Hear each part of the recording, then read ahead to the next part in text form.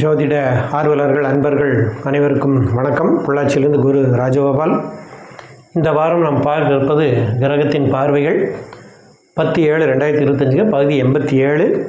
இதில் பார்த்தோம் அப்படின்னம்னா, கடந்த கிளாஸில் பார்த்தா நம்ம ஒரு விமான விபத்து,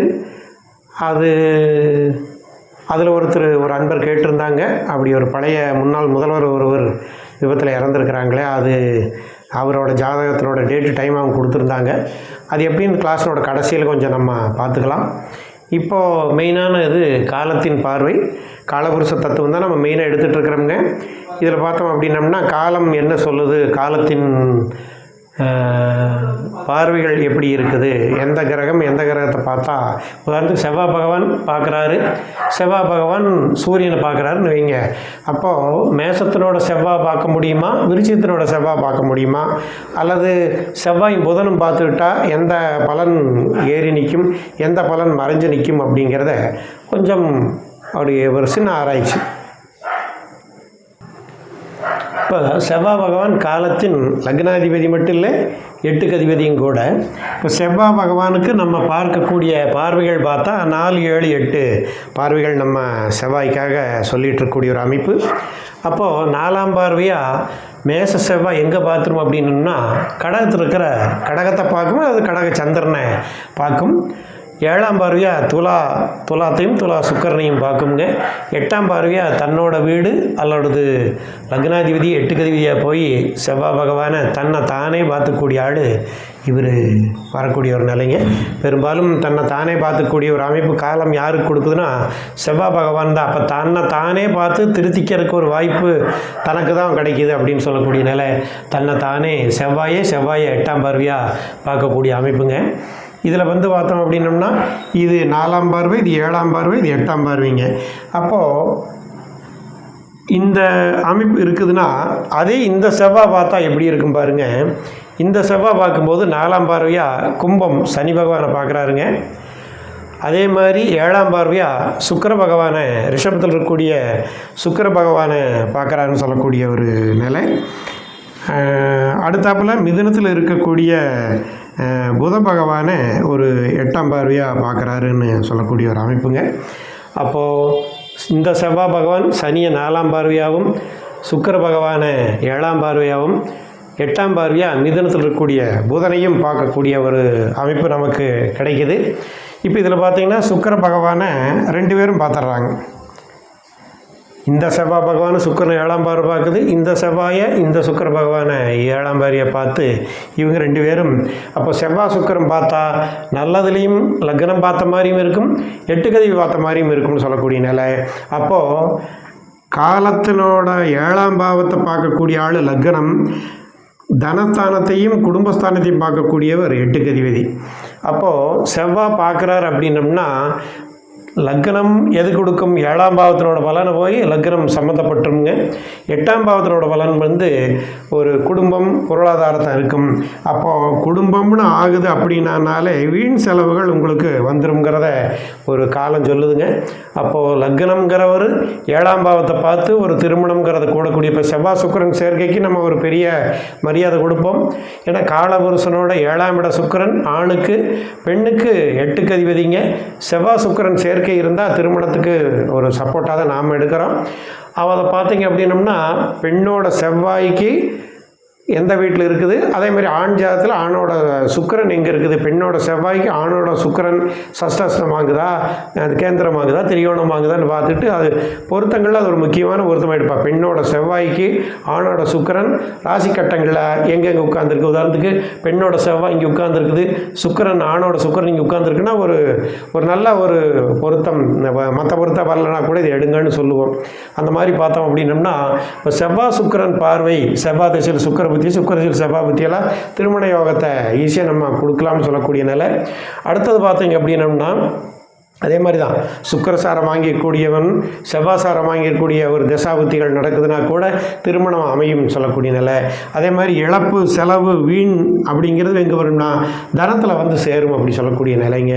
அப்போது செவ்வாய் பகவான் சுக்கிர பகவானும் ரெண்டு பேரும் சப்தம பார்த்திகளை பார்த்துட்டு இவங்க ரெண்டு பேரும் அப்படி ஒரு 1ஆம் பாவத்தினோட பலனையும் கொடுக்குறாரு, 8ஆம் பாவத்தினோட பலனையும் செவ்வாய் சுக்கிரனு கொண்டு போய் கொடுக்குறாரு அப்படின்னு சொல்லக்கூடிய நிலை. இது பாதி அது பாதி அல்லது இதை கொடுத்து போட்டு இதையும் கொடுக்குறாருங்கிற கணக்கு. அடுத்தாப்பில் வந்து பார்த்திங்கன்னா சந்திர பகவானை செவ்வாய் பார்க்குறாருன்னா இவர் தான் பார்க்க முடியுங்க. இவர் வந்து பார்த்திங்கன்னா 9ஆம் பார்வை கிடையாது. அப்போது சந்திர பகவானுக்கு செவ்வாய் வந்து 4ஆம் பார்வையாக பார்க்குறாரு அப்படின்னா அப்போது செவ்வாய் சந்திரனை பார்த்தாச்சு, 7ஆம் பார்வை பார்த்தாலும் சரி, 8ஆம் பார்வை பார்த்தாலும் சரிங்க, எப்படி எந்த பார்வை பார்த்தாலும் சரி செவ்வாய் லக்னத்தினோட பலனையும் 4ஆம் பாவத்தை பலனையும் கொண்டு போய் தான் சந்திரனுக்கு கொடுத்துட்டு போவார்னு சொல்லக்கூடிய நிலைங்க. அப்போது சந்திரனை செவ்வாய் பார்த்தா 1-4 காம்பினேஷன் தான் நம்ம எடுத்துக்க வேண்டிய கட்டாயம் வருது. அப்போ செவ்வாய் சந்திரன் பார்த்தாலும் சரி, சந்திரன் செவ்வாய் பார்த்தாலும் சரி, ரெண்டும் இது 7ஆம் பார்வை மட்டும்தான். அப்போ செவ்வாய் 4ஆம் பார்வை பார்த்தாலும் சரி, 7ஆம் பார்வை பார்த்தாலும் சரி, 8ஆம் பார்வை பார்த்தாலும் சரின்னா நம்மளை 8ஆம் பார்வை இங்கே இருந்தால் 8ஆம் பார்வையை பார்த்துருவாருங்க. அப்போ செவ்வாய் வந்து 8ஆம் இடத்தினோட செவ்வாய் சந்திரனை பார்க்குறது கிடையாது. காலத்தை பொறுத்த வரைக்கும் லக்னம் தான் உங்களுக்கு பார்த்துட்டு போகுதுன்னு சொல்லக்கூடிய நிலைங்க. அப்போது சந்திரனுக்கு செவ்வாய் பார்வை இருந்தால் லக்ன செவ்வாயோட பார்வை தான் உங்களுக்கு சந்திரன் வாங்குறாரு, மற்ற இந்த செவ்வாயோட பலன் கிடைக்கிறது இல்லை. அப்போது செவ்வாய் சந்திரன் பார்வைகள் இருக்குது அப்படின்னம்னா லக்ன பலன் தான் அவர் கொடுப்பார், தவிர 8ஆம் இடத்து பலன் கொடுக்கறது இல்லை. இது ஒரு ஞாபகம் வச்சுக்கலாம். அடுத்தது தான் விருச்சிகத்தை செவ்வாய்க்கு செவ்வாய் தன்னை தானே பார்த்துக்க முடியாதுங்க, அதனால் அது ஒரு ஒதுங்கிக்கலாம். அடுத்தாப்பில் சனி பகவானை செவ்வாய் பார்க்குறாரு அப்படின்னம்னா இந்த செவ்வாய் பார்க்குறது இல்லை, சனி பகவானை பார்த்தா 8ஆம் இடத்து செவ்வாய் தான் பார்க்கும். சனி பகவானை பொறுத்த வரைக்கும் 8ஆம் இடத்து பலன் தான் உங்களுக்கு 4ஆம் பார்வையாக பார்த்துட்டு போகிறதுனா, அப்போது சனி பகவானை செவ்வாய் பார்க்குதுன்னா லக்னாதிபதியாக இருக்கக்கூடியவர் பார்க்க மாட்டாருங்க, 8க்கு அதிபதி தான் பார்ப்பாருன்னு சொல்லக்கூடிய நிலை. அப்போ பார்த்தோம் அப்படின்னா செவ்வாய் சனி காம்பினேஷன் எடுத்துகிட்டு போகும்போது பார்த்தோம்னா 8ஆம் இடத்து பலனை தான் கொண்டு போய் அவர் 4ஆம் பார்வையாக சனி பகவானுக்கு கொடுத்துட்டு போகிறாருன்னு சொல்லக்கூடிய ஒரு கணக்கு கிடைக்குதுங்க. அடுத்தாப்பில் வந்து கடகத்தை பார்த்துட்டோம், துலாத்தை பார்த்துட்டோம், விருச்சிகம் பார்த்துட்டோம்ங்க. அடுத்தாப்பில் 8ஆம் பார்வையாக மிதுன புதன், அதாவது 8க்கு அதிபதி சனியையும் பார்க்குதுங்க, புதனையும் பார்த்துட்டு போகுது. அப்போ புதனுக்கு செவ்வாயோட பார்வை இருந்தால் 8ஆம் இடத்து பலன் தான் உங்களுக்கு கிடைக்கும். 8ஆம் இடத்து பலன் தான் உங்களுக்கு 8ஆம் பார்வையாக கிடைக்கும். 8ஆம் இடத்துல இருக்கக்கூடிய செவ்வாய் 8ஆம் பார்வையாக புதனை பார்க்குங்க, இந்த பலன் வராது.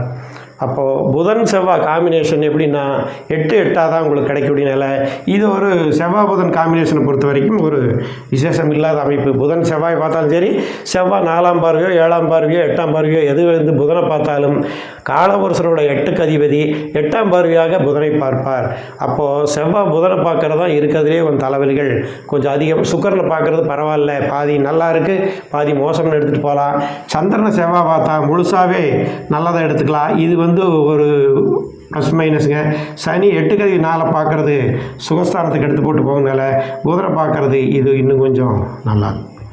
அப்போது செவ்வாய் ஒரு கிரகத்தை பார்க்குது அப்படின்னம்னா என்ன பலன் அப்படின்னு நம்ம எடுத்துக்கிட்டு பேசினோம் அப்படின்னம்னா உங்களுக்கு இப்படி கிடச்சி போகக்கூடிய நிலைங்க.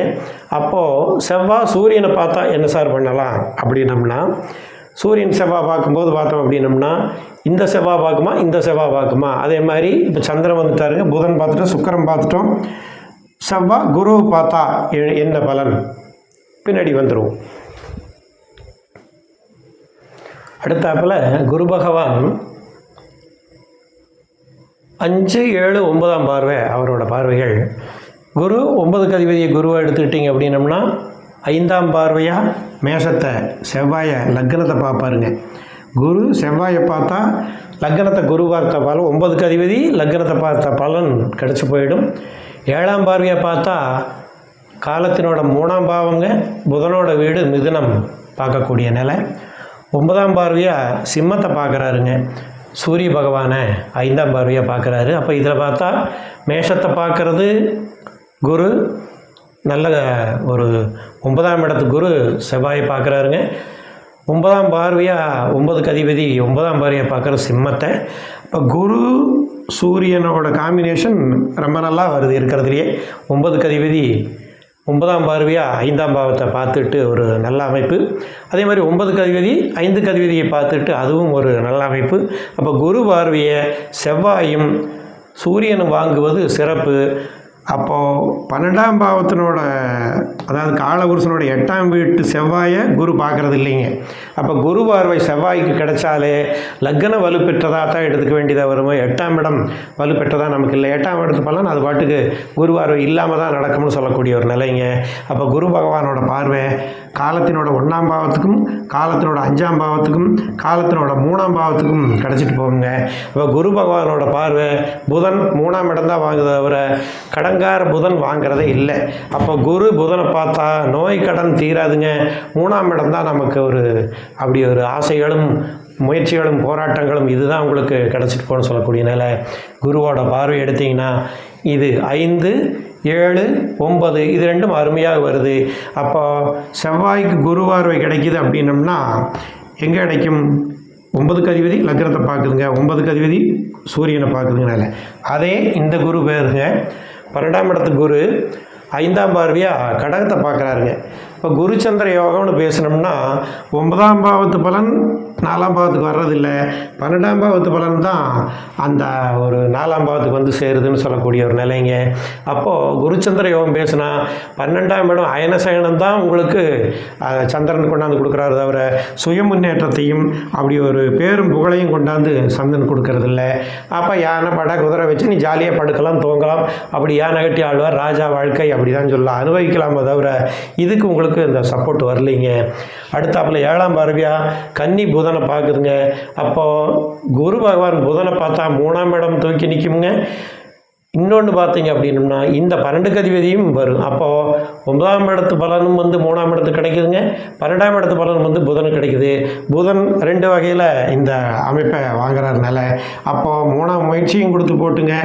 6ஆம் பாவம் அப்போது நோய் நொடிகளை தீர்க்கும் போது செலவோட நோய் நொடிகள் தீரும், முயற்சிகளுக்கு நான் சப்போர்ட்டாக இருக்கிறேன். இதுதான் குரு உங்களுக்கு புதனுக்கு என்ன சொல்லி கொடுக்குறாரு அப்படின்னா, நீ முயற்சி பண்ணு, நான் வந்து உன்னை முன்னேற்றி கொடுக்கறதுக்கு நான் சப்போர்ட்டுக்கு வரேன் அப்படின்னு சொல்கிறாருங்க.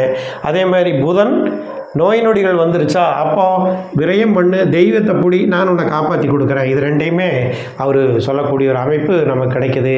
இப்போ குரு புதன் அமைப்பு இருக்குது, குருவோட பார்வை புதனுக்கு கிடைக்குதுன்னா தெய்வ வழிபாட்டிலையும் செலவு விரயங்கள் பண்ணியும் நோய் நொடிகளை காப்பாற்ற முடியும், அல்லது தான தர்மங்கள் மூலமாக காப்பாற்ற முடியுங்கிற கணக்குங்க.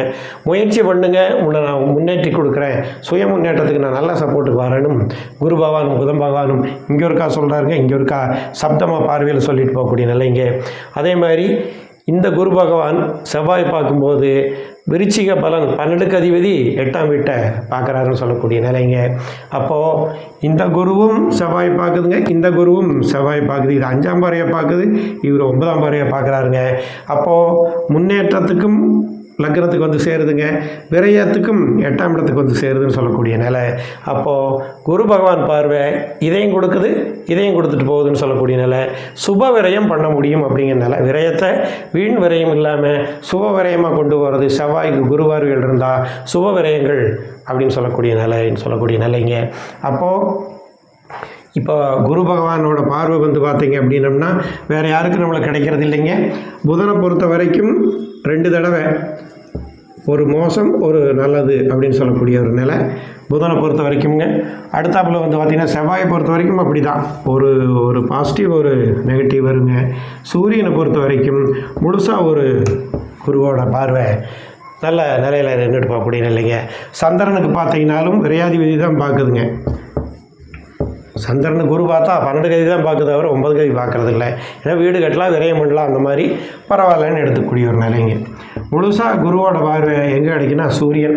அப்போ குரு சூரிய சாரத்தில் நின்றுட்டோ சூரியனுக்கு குரு பார்வைகள் கிடைக்குது அப்படின்னம்னா அவங்களோட முன்னேற்றங்கள், அவர் முயற்சிகள், பூர்வ புண்ணியங்கள் இதெல்லாம் கொஞ்சம் வாழ்க்கையில் நல்லா இருக்குன்னு சொல்லலாம். அப்போ சூரியன் குரு சேர்க்கைகளும் பார்வைகளும் கிடைச்சாச்சு அப்படின்னம்னா 9க்கு அதிபதி 5ஆம் பாவத்தை பார்த்த நிலை, செவ்வாயும் பார்த்த நிலைங்கிறதுனால இந்த அமைப்பு செவ்வாய் சுக்கிரன் சூரியன் குரு இந்த காம்பினேஷன் இருக்குது அப்படிங்கும்போது பிறக்கும்போது எப்படி இருந்தாலும் சரி ஒரு நல்ல நிலைக்கு அவங்க அந்த பார்வைகள் கிடைக்கும்போது வந்துடும் சொல்லக்கூடிய நிலை.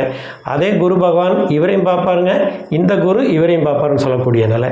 இப்போ சந்திரன், புதன், செவ்வாய், சூரியன் இவங்க தான் நம்ம காம்பினேஷன் கிடைக்கக்கூடிய நிலை. அருமையான பார்வைன்னா குரு சூரியன். 9ஆம் பார்வை வேணுங்கிறது இல்லைங்க, 7ஆம் பார்வை இருந்தாலும் சரி, 5ஆம் பார்வை இருந்தாலும் சரி, குரு சூரியனை எந்த பார்வை பார்த்தாலும் ஒரு அருமையான பலன் கிடைக்கிது. அடுத்தாப்புல சனி பகவானோட பார்வை, விசேஷ பார்வைகளை முதல்ல எடுத்துக்கிறோமுங்க. சனி பகவானை பொறுத்த வரைக்கும் 2 ஆதிபத்தியம், 10ஆம் இடமும் 11ஆம் இடமும் அவரோட ஆதிபத்தியம்ங்க. 10ஆம் இடத்து சனி பகவான் யாரை பார்க்குறாருன்னா 3ஆம் பார்வையாக மீனத்தை, காலத்தினோட 12ஆம் இடத்தை பார்க்குறாருங்க. அப்போ குரு பகவானும் சனி பகவானும் பார்வைகள் கிடைச்சாச்சு அப்படின்னம்னா, சனி பகவான் 10ஆம் இடத்து பார்வையை கொண்டு போய் 12ஆம் இடத்துக்கு கொடுக்குறாரு அப்படி தான் சொல்லக்கூடிய நிலைங்க. இந்த குருவுக்கு சனி பார்வை வராது. இந்த குரு அப்போ சனி குருவை பார்த்தா 9ஆம் இடத்தை கெடுக்க மாட்டாருங்க, 12ஆம் இடத்துக்கு உண்டான ஒரு ப்ளஸ் மைனஸை தான் கொடுத்துட்டு போவார்னு சொல்லக்கூடிய நிலை. சனி பகவான் குருவை பார்த்தாச்சு அப்படின்னம்னா, 7ஆம் பார்வையாக கடக சந்திரனை பார்க்குறாருங்க. காலபுருஷனோட அது 4ஆம் வீடு. சனி பார்வை 11ஆம் இடத்து சனி பார்க்குறதில்ல, 10ஆம் இடத்து சனி பகவான் தான் பார்க்குறாருன்னு சொல்லக்கூடிய நிலைங்க. அப்போ காலத்தினோட 10க்கு அதிபதி சனி காலத்தினோட 4ஆம் இடத்தை பார்க்குறாரு. இவங்க பார்த்துக்கிறது இல்லைங்க, இவங்க தான் பார்த்துக்கிறாங்க. இப்போ சனி சந்திரன் பார்வைகள் இருக்குது அப்படின்னம்னா 10 4 தான் காம்பினேஷனில் நமக்கு வரும்னு சொல்லக்கூடிய நிலை. அதே மாதிரி 10ஆம் பார்வையாக சனி பகவான் இவங்க இருந்துட்டு 10ஆம் பார்வையாக 7ஆம் பாவத்தோட சுக்கரனை பார்ப்பாருன்னு சொல்லக்கூடிய ஒரு நிலைங்க. இந்த சனி பகவான் சுக்கரனை பார்க்குறதில்ல, தன்னோட உச்ச வீட்டை இவர் பார்க்குறது தான் உண்டை தவிர இவர் பார்க்குறது இல்லைங்க. சனி 10ஆம் பார்வையாக தன்னோட உச்ச வீட்டை பார்த்துட்டு சுக்கர பகவான் பார்க்குறாருங்க. தனஸ்தான சுக்கரனை பார்க்குறதில்ல, கலஸ்தர சுக்கரனை தான் பார்க்குறாருங்க. அப்போது சனி பகவான் சுக்கரனை பார்த்தா 7ஆம் இடத்துல இருக்கிற சுக்கரனை தான் ஆக்டிவேட் பண்ணி சனி சம்பந்தத்தை கொண்டு போய் கொடுப்பாரே தவிர தனஸ்தானத்தினோட அமைப்புக்கு கொடுக்க மாட்டாருங்க. அப்போ சனி பகவான் சுக்கரனை பார்க்குது அப்படின்னம்னா நம்ம இந்த காம்பினேஷனுக்கு தான் வந்துக்கணுமோ தவிர இந்த காம்பினேஷனுக்கு நம்ம ஒரு எடுக்கக்கூடியதில்லை. ஏன்னா இந்த பார்வை பலன் இதுக்கு தான் கிடைக்கிது தவிர இது கிடைக்கிறதில்ல. சனி பகவான் சுக்கரனை பார்த்துட்டார் அப்படின்னம்னா இந்த பலன் 2ஆம் இடத்து பலனுக்கு வராதுங்க, 7ஆம் இடத்து பலனுக்கு தான் நமக்கு கிடைக்குங்கிறதான் நம்ம சொல்லிட்டு போகக்கூடிய ஒரு அமைப்பு. அடுத்தாப்புல இந்த சனி பகவான் எடுத்தீங்க அப்படின்னா கும்ப சனி பகவான் ராஜ்யஸ்தானம் சொல்லக்கூடியவருங்க, லாபாஸ்தானாதிபதி. அவர் லக்னத்தை பார்க்குறது ஒரு விசேஷம்.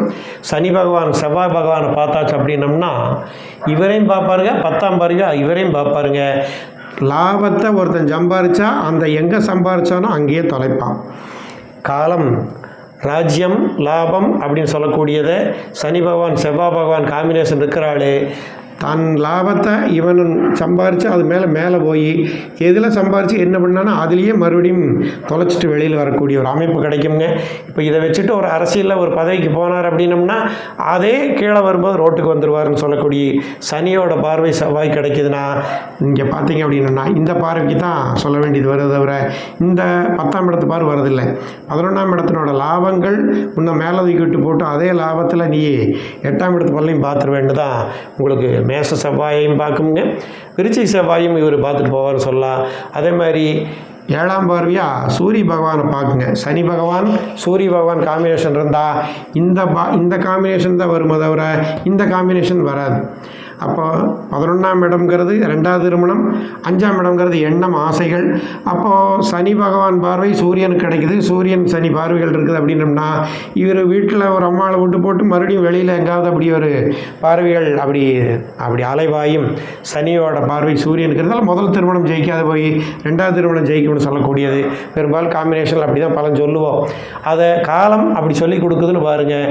தொழில் ஸ்தானம் போய் சூரியன் பகவானை பார்க்கறது இல்லை, ஆனால் தொழிலில் ஜெயிச்சு 5ஆம் இடம் அடி வாங்கும். இந்த தான் சஸ்தாசனம் தான் சொல்லுது. தவிர லாபங்களை பார்க்குறீங்க அப்படின்னம்னா 5ஆம் இடம் எண்ணங்கள் வேறு மாதிரி 11ஆம் இடத்துல போய் நின்றோம்னு சொல்லக்கூடிய நிலை. அதாவது பதவிக்கு போகிறவங்களாம் பெரும்பாலும் ஒரு 2-3 வீடு அப்படி தனியாக தள்ளிட்டு போகிறது இந்த காம்பினேஷனில் வந்துடும் சொல்லக்கூடிய நிலைங்க. அப்போது செவ்வாய் பகவானை பார்க்குது அப்படின்னம்னா சனி பகவான் குரு பார்த்தீங்க அப்படின்னம்னா குரு பகவானை பார்க்குறது 12ஆம் இடத்தை தான் பார்க்குறாருங்களே தவிர 9ஆம் இடத்தை பார்க்குறது இல்லைங்க. அப்போ இந்த ஒரு 10ஆம் இடத்து பலன் சனி பகவான் இங்கே தான் கிடைக்குங்க, இந்த குருவுக்கு வர்றதில்லை. அதே மாதிரி சந்திரன் சந்திரனுக்கு சனி பகவான் பார்த்தோம் அப்படின்னம்னா 10ஆம் இடத்து பலன் தான் கிடைக்குங்க. பரவாயில்ல, ஒரு சந்திரன் சனி சேர்க்கைகள் பார்வைகள் இருக்கக்கூடிய ஆட்கள் வந்து ஓடிட்டு இருக்கக்கூடிய தொழிலில் தினம் அழியக்கூடிய பொருட்கள் இதுகளை தொட்டாங்க அப்படின்னம்னா ஒரு ஜெயிக்கும். லாபம் இருக்காது, அன்றாடம் பொழப்பு ஓடி போகும். 10ஆம் இடமும் 4ஆம் இடமும் ஓடி போங்க. இந்த சஷ்டாஷ்டகம் வராதுன்னு சொல்லக்கூடிய நிலை. அதே மாதிரி பார்த்தோம் அப்படின்னம்னா சுக்கிர பகவானை பொறுத்த வரைக்கும் பார்த்தோம் அப்படின்னம்னா சுக்கிர பகவானுக்கு சனி பகவானை பார்க்கக்கூடிய இடம் வந்து பார்த்தீங்க அப்படின்னம்னா 10க்கு அதிபதி தான் பார்க்குறாரு, தவிர 11க்கு அதிபதி பார்க்குறது இல்லை. இந்த காம்பினேஷன் இல்லைங்க. 7ஆம் பாவத்தில் தான் அவரோட பலனை கொடுத்துட்டு போவாருங்க. எடுத்துக்கங்க. அப்போ சனி திசையில் சுக்கிர புத்தியோ சுக்கிர திசையில் சனி புத்திகளோ வருதுன்னா திருமணம்ங்கிறத கொஞ்சம் ஈஸியாக நடக்குங்கிறத நம்ம உச்சத்தை வச்சுட்டு சொல்லுவோம், ஆட்சியை சொல்லுவோம். இந்த காம்பினேஷன் உங்களுக்கு அந்த ஒரு பலனை கொடுத்துட்டு போகுதுன்னு சொல்லக்கூடிய ஒரு நிலைங்க. சந்திரன் பார்த்தோம், குரு பார்த்துட்டோம், சுக்கிரனை பார்த்தாச்சு. செவ்வாயை 2 தடவை பார்ப்பாங்க. செவ்வாயை இவர் 4ஆம் பார்வையாக பார்ப்பாருங்க, இவர் 10ஆம் பார்வையாக பார்ப்பார். 1ம் நான் தான், 8ம் நான் தான். எப்படி வந்தோமோ அப்படியே போயிடும். செவ்வாயும் சனியும் பார்வைகள் கிடைக்கிது அப்படின்னம்னா சப்தம் பார்வை இருந்தால் தான் இந்த காம்பினேஷன், அல்லது சனி செவ்வாயை பார்த்தாலும் இந்த காம்பினேஷன் எடுத்துக்கலாம். எதில் ஜெயிச்சியோ அதிலேயே இழந்துருவேன் அப்படின்னு சொல்லக்கூடிய கணக்கை இவங்க கொடுத்துட்டு போகக்கூடிய நிலைங்க. அடுத்தாவில் பார்த்தீங்கன்னா சூரிய சந்திரன் புதன் சுக்கிரன் இவங்களோட பார்வைகள் பேசணும். சூரியனும் புதனும் சுக்கிரனும் பார்வைக்கு வாய்ப்பே கிடையாது. முக்கூட்டு கிரகங்கள் அப்படி ஒதுங்கி போயிடுவாங்க. சந்திரன் தான் இவங்களெல்லாம் பார்த்தா உண்டோ தவிர இவங்க 3 பேரும் பார்த்துக்கிற வாய்ப்பு சூரியனை புதன் பார்த்தது, சுக்கிரன் புதன் பார்த்தது, சூரியனை பார்த்துங்கிறதுக்கெல்லாம் வாய்ப்புகள் இல்லை. முக்கூட்டு கிரகம்னு ஓடி போயிடுறாருங்க. சந்திரபகவான் ஒருத்தர் தான் எல்லாத்தையும் பார்த்தான்னு நிலக்கூடிய நிலை. அவர் தாய் ஸ்தானாதிபதி, சுகஸ்தானாதிபதிங்க. அவர் இவங்களை ஒட்டிட்டு போகும்போது பார்த்தோம் அப்படின்னம்னா ஒரு நிலையான அமைப்பில்லை. அந்தந்த இடத்துக்கு தேவைகளுக்கு தகுந்த மாதிரி ஒரு சூழ்நிலைக்கு தகுந்த மாதிரி பலன் எடுத்துங்க. சந்திரன் ஒருத்தர் தான் எல்லாத்தையுமே பார்க்கக்கூடிய ஆளாக வரக்கூடிய ஒரு அமைப்புங்க. மீதியெல்லாம் இப்படி தான் பார்வைகள் கிடச்சிட்டு போகும். இதில் விட்டு போய் நிற்கக்கூடிய ஒரே ஆள் செவ்வாய் சூரியன் பார்வை.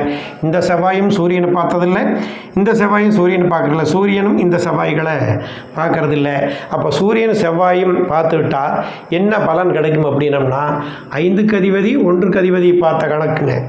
1ஆம் இடமும் 5ஆம் இடமும் பார்த்த கணக்கு 1, 5ஆம் இடமும் 8ஆம் இடமும் பார்த்த கணக்கு 1.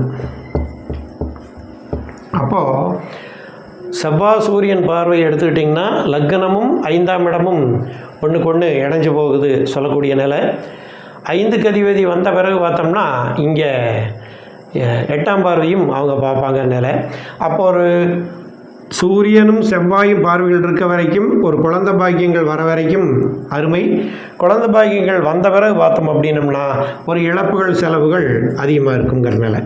அப்போது ஒரு சூரியன் செவ்வாய் காம்பினேஷன் இருக்கிற ஆளுங்க குழந்தைகள் வந்ததுக்கு பிறகு கொஞ்சம் கவனமாக இல்லை அப்படின்னம்னா பூர்வ புண்ணிய சொத்துக்களை நீங்கள் இழப்பீங்க, அல்லது குழந்தைகளுக்காக நீங்கள் வீணாக போவீங்க. சில பேர் குழந்தைய நான் டாக்டருக்கு படிக்க வச்சு ஆள்னு சொல்லி போட்டு கொண்டு போய் மொத்தமும் இழந்து நிற்கக்கூடிய காம்பினேஷன் இந்த செவ்வாய் சூரியன் அமைப்பில் கிடச்சிட்டு போவாங்க. குழந்தை கிடைக்கலையேன்னு இருந்து போட்டு பூர்வ புண்ணிய சொத்துக்கள் இது எல்லாத்தையுமே இவங்க என்ன பண்ணி போடுவாங்கன்னா குழந்தைகளுக்காக இழந்துருவாங்கன்னு சொல்லக்கூடிய ஒரு கணக்கத்தான் சூரியன் செவ்வாய் காம்பினேஷன் அல்லது பார்வை சொல்லிட்டு போதுங்க. இந்த பார்வைகளுக்கு வழியில் சந்திரன் எல்லாத்தையுமே ஓடி பார்த்துட்டு போகக்கூடிய நிலைங்க. அது நிற்கக்கூடிய வீடு அந்த ஆதிபத்தியங்களை வச்சுட்டு எடுத்துகிட்டு போங்க. அவர் எல்லாத்துக்குமே தாய் வந்து எல்லாத்துக்குமே வேணும். தாய் ஸ்தானம்ங்கிறது எல்லாத்தையும் அரவணைச்சு போகக்கூடிய ஆளுங்கிறதுனால அப்படி முதல்ல பார்த்தீங்கன்னா தாயின்னு எடுத்துக்கிட்டிங்கன்னா அப்படி வீட்டுக்காரரை பார்க்கும், அப்புறம் குழந்தையை பார்க்கும், அப்புறம் பேரம்பேத்தியை பார்க்கும், அடுத்த ஜென்ரேஷனை பார்க்கும். அப்படி ஒரு தன்னை மட்டும் பார்த்துக்காதுன்னு ஓடிட்டுக்கூடியதான் தாய். இந்த அமைப்பில் உங்களுக்கு கிடைக்குதுங்க. பாருங்கள், நமக்கு தெரிஞ்ச சொல்லியிருக்கிறோம். அப்போது இத்தனை காலம் இருந்தது சனி பகவான் செவ்வாய் பார்க்குறாரு அப்படின்னம்னா எந்த சனி எந்த செவ்வாயை பார்க்குது, அதே மாதிரி செவ்வாய் பகவான் புதனை பார்க்குதுன்னா எந்த செவ்வாய் எந்த புதனை பார்க்கும். அது அதே மாதிரி செவ்வாய் சுக்கிரனை பார்த்தா 2 பேர்த்தையுமே பார்த்துருவார். குரு சந்திரனை பார்த்தா விரயச்சந்திரன் குரு சந்திர யோகம்னு சொன்னாலே விரய 4ம் 12 தான் வரணுமோ தவிர 9ம் 4ம் வரக்கூடாது. பலன்கள் ஒழுங்குகளுக்கு அப்படி தான் எடுக்கணும். இத்தனை காலம் சொல்லியிருந்தால் அப்போது எந்த ஆள் யார் கூட சேர்றாங்க, பார்வைகளை யார் யாருக்கு கொடுத்துக்கிறாங்க. அப்போது குரு சந்திரனை பார்த்தாச்சு அப்படின்னம்னா யார் பார்ப்பா? குரு சூரியனை பார்த்தாச்சுன்னா இந்த குரு தான் பார்க்கும்போது தவிர இந்த குரு பார்க்காது. சந்திரனை இந்த குரு தான் பார்க்கும், இந்த குரு பார்க்காது. அப்போ 9ஆம் இடத்து பலன் சூரியனுக்கு தான் கிடைக்கும், 12ஆம் இடத்து பலன் சந்திரனுக்கு தான் கிடைக்கும். இந்த ஒரு காம்பினேஷனில் அப்படி ஒரு ஆதிபத்தியங்கள் பலன் கொண்டு போய் சேர்க்கையில் எந்த ஆதிபத்தியம் யாருக்கு போய் சேருதுங்கிறத ஒரு கணக்கு எடுத்துக்கலாம். நம்ம போன விமான விபத்து போடும்போது ஒரு அன்பர் கேட்டிருந்தாருங்க, அந்த ஒரு நாட்டினோட ஒரு முன்னாள் முதல்வர் விஜய் ரூபானிங்கிறவர் அந்த விபத்தில் இறந்து போன ஒரு பிரபல்யத்தில் ஒருத்தருங்க. அவர் ரங்கூனில் பிறந்தாலும் இந்த டேட் ஆஃப் பர்த் டைம் அவங்க தான் எனக்கு அனுப்பிச்சிருந்தாங்க, எனக்கு கரெக்டாக தெரியல. அவங்க கேட்டதுக்கு பதில் அடுத்த கிளாஸில் பேசிக்கலாங்க அப்படின்னு சொல்லியிருந்தோம். போட்டு பார்த்தோம்ங்க. 2/8/56 6:30 PM ரங்கூரில் பிறந்தவர். ரோகிணி 4ஆம் பாதத்தில் வருதுங்க. லக்னம் சந்திர பகவானோட சாரம் வாங்கிட்டு மகர லக்னத்துக்காரருங்க. நடக்கிறது இன்றைக்கி புதன் மகா திசையினோட சந்திர புத்தி இன்றைக்கி நடந்துகிட்ருக்குதுங்க. அப்போது புதன் பகவான் கேது சாரத்தில் உட்காந்துருங்க. லக்னம் கேது சந்திரன் 3 பேரும் சந்திரன் மூலமாக இணைகிறாங்கன்னு சொல்லக்கூடிய ஒரு அமைப்பு. இது ஒரு மாரகம்னு சொல்லக்கூடிய அளவுக்கு நம்மளுக்கு 10லிங்க. சரலக்னம் 11ஆம் இடமோ 3ஆம் இடமோ ஒரு 8ஆம் இடம்